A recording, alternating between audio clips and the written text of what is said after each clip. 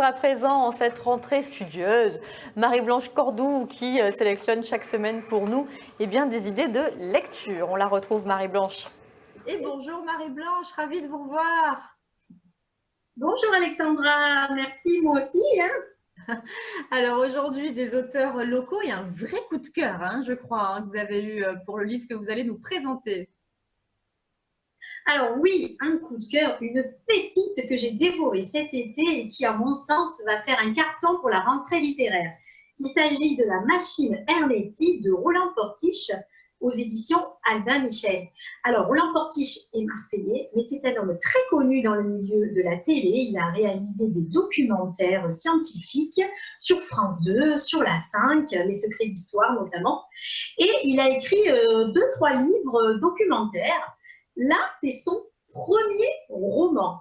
C'est son premier roman, c'est un thriller scientifico-politique. Alors, on est vraiment dans une ambiance vraiment fantastique, un peu à la Da Vinci Code. On est au Vatican, en 1955. Et figurez-vous que Roland Portiche part d'un vrai fait, c'est-à-dire d'un événement réel, qui est en fait, il se trouve dans les archives du Vatican, une machine à remonter le temps qui existe. Voilà. Et donc, il est parti de ce fait, de cette création, et il a inventé ce roman. Donc, on est en 1955 avec le père Ernetti. C'est un personnage qui a existé. Tous les personnages qui figurent dans ce roman ont pratiquement tous existé. Donc, le père Ernetti est missionné par le pape Pie XII de construire cette machine à remonter le temps, dont les plans ont été trouvés par un savant un peu fou qui a disparu une quinzaine d'années avant. Et il le missionne pour fabriquer ce chronoviseur. Cette machine, en fait, elle doit être capable, en donnant les coordonnées et une date, les coordonnées de lieu et une date, de visionner sans le son ce qui s'est passé à cette époque-là. Voilà, c'est fantastique. Donc, le père Ernetti est missionné de fabriquer cet instrument, mais bien sûr, comme dans tous les romans, il y a une intrigue, puisqu'il va y avoir la CIA qui se mêle, la mafia russe, et puis aussi une archéologue israélienne qui est très intéressée par l'histoire, et notamment celle de Jésus, voilà, qui va s'intéresser et se rapprocher du père Ernetti. Voilà, fantastique. J'en dis pas plus parce que c'est vraiment...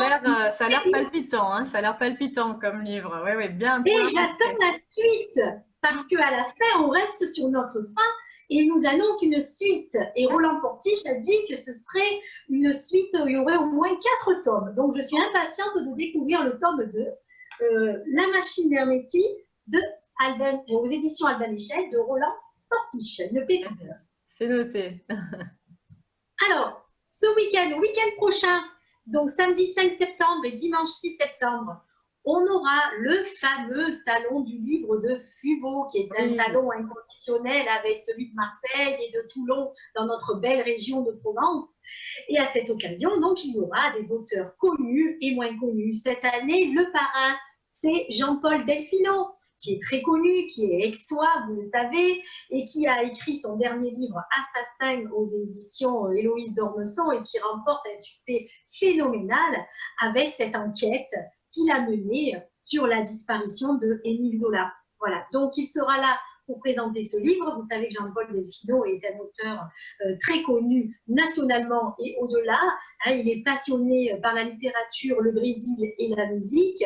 Et il a écrit des livres sur ça durant toute sa carrière qui ont tous pratiquement été primés. Donc vraiment, on ne peut que se réjouir que d'avoir un écrivain aussi talentueux et aussi simple et sympathique dans notre région. Et puis dans le salon du livre de Fuveau. Alors cette année, le thème c'est la Provence, suite au Covid. Ça tombe bien. Voilà. Donc c'est important, c'est bien, on est en plein 100% sud, c'est le sud, avec des auteurs provençaux. Donc il y aura un beau rendez-vous. Le village de Fuveau est magnifique. C'est vrai que c'est très agréable de s'y promener et d'aller à la rencontre de ces auteurs le temps d'un week-end. C'est un bel événement, oui. Oui, tout à fait. C'est vraiment un moment de rencontre. C'est la 31e édition, vous vous rendez compte, ça déjà fait 31 ans.